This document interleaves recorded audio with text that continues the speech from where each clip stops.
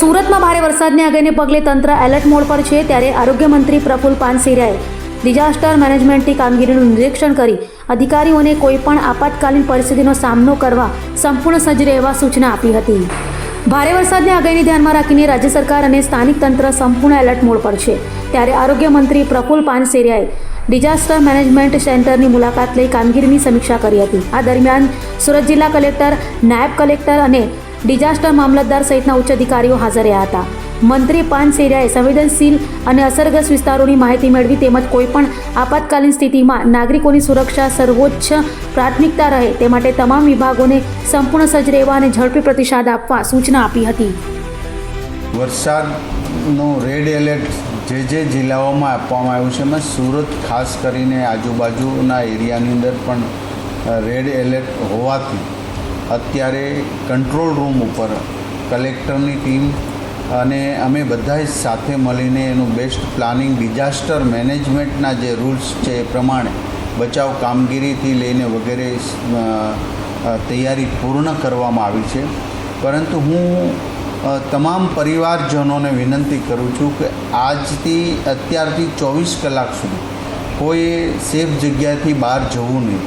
પવનની ગતિ તો 30 કિલોમીટર જે પ્રતિ પહેલી રહેશે, પરંતુ વરસાદ ઝાઝો આવવાની હવામાન વિભાગની આગાહી છે, જેથી કરીને આ આગાહીને ધ્યાને લક્ષ્ય રાખીને આપણે એક પણ જગ્યાએ બહાર ખાડીના કિનારે પાણી જોવા, નદીના કિનારે પાણી જોવા કોઈ મહેરબાની કરી ન જવા એવી હું વિનંતી કરું છું, જેથી કરીને એક પણ માનવ મૃત્યુ ન થાય એ બહુ જરૂરી છે. કારણ કે એક વ્યક્તિ એને કોઈ તકલીફ ન પડે એ માટે પ્રશાસન આખી નાઇટ પણ કામગીરી કરવાનું છે.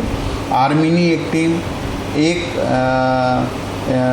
અને કુલ 4 ટીમો અહીંયા સ્ટેન્ડ બાય રાખવામાં આવી છે. જ્યાં જરૂર પડે ત્યાં સુરતના તમામ તાલુકાઓ અને સુરત શહેર municipal commissioner team, collector team, police, બધા જ એજન્સીઓની તમામ અધિકારીઓની રજા રદ કરી દેવામાં આવી છે.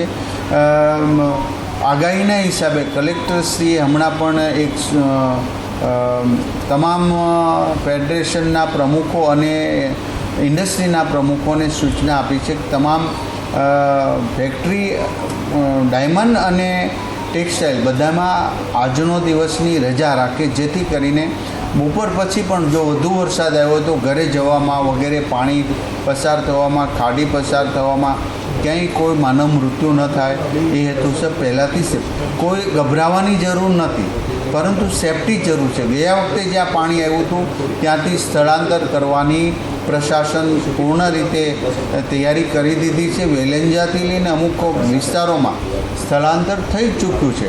તો આજે અત્યારથી સેફ જગ્યા પર 24 કલાકનું દૂધ, પાણી વગેરેની આપણી જે વ્યવસ્થા હોય એ ઇમરજન્સીમાં આપણી આર્મીની ટીમ અને બચાવ કામગીરી બધી જ ટીમો તૈયાર છે કે કોઈને મેડિકલ પ્રોબ્લેમ આવ્યો, કોઈને બચાવવાનું કામગીરી એ બધું જ છે. પરંતુ આપણે સેફ જગ્યાએ રહીએ, જેથી કરીને પ્રશાસનને કે ટીમને ઘણીવાર પ્રતિકૂળ સમયના હિસાબે ત્યાં પહોંચી પણ ન શકે.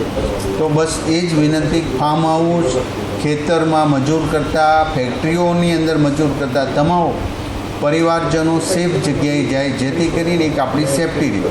અત્યારે જે વરસાદ આવ્યો છે, હવામાન વિભાગના જાણકારી પ્રમાણે હજી સાંજના રાતના 5-6 વાગ્યા પછી પણ વરસાદ વધવાની શક્યતા છે. આ શક્યતાઓ હોય છે, પરંતુ આપણે માની જ લેવું જોઈએ કે શક્યતા છે, જેથી કરીને આપણે સેફટી જગ્યાએ દરેક ગામમાં તલાટી મંત્રીને પણ રહેવાની સૂચના આપી છે, જેથી ગ્રામ્ય લેવલે અમારી પ્રાંત ઓફિસ પણ આખી નાઇટ ખુલ્લી છે.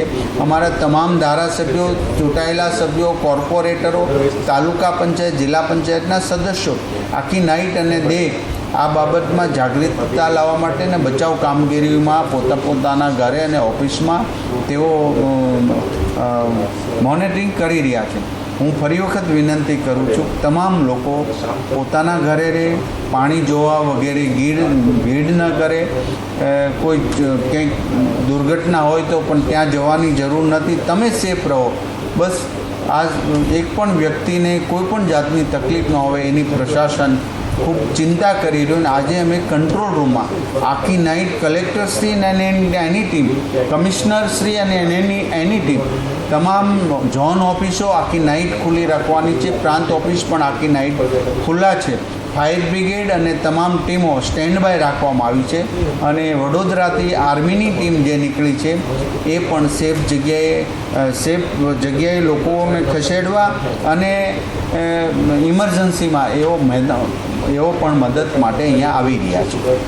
ખાસ કરીને સોશિયલ મીડિયામાં અફવાઓ ફેલાતી હોય છે, તેને લઈને શું કહેશો? હા, સોશિયલ મીડિયાની અંદર એક પણ વાત માનવી નહીં.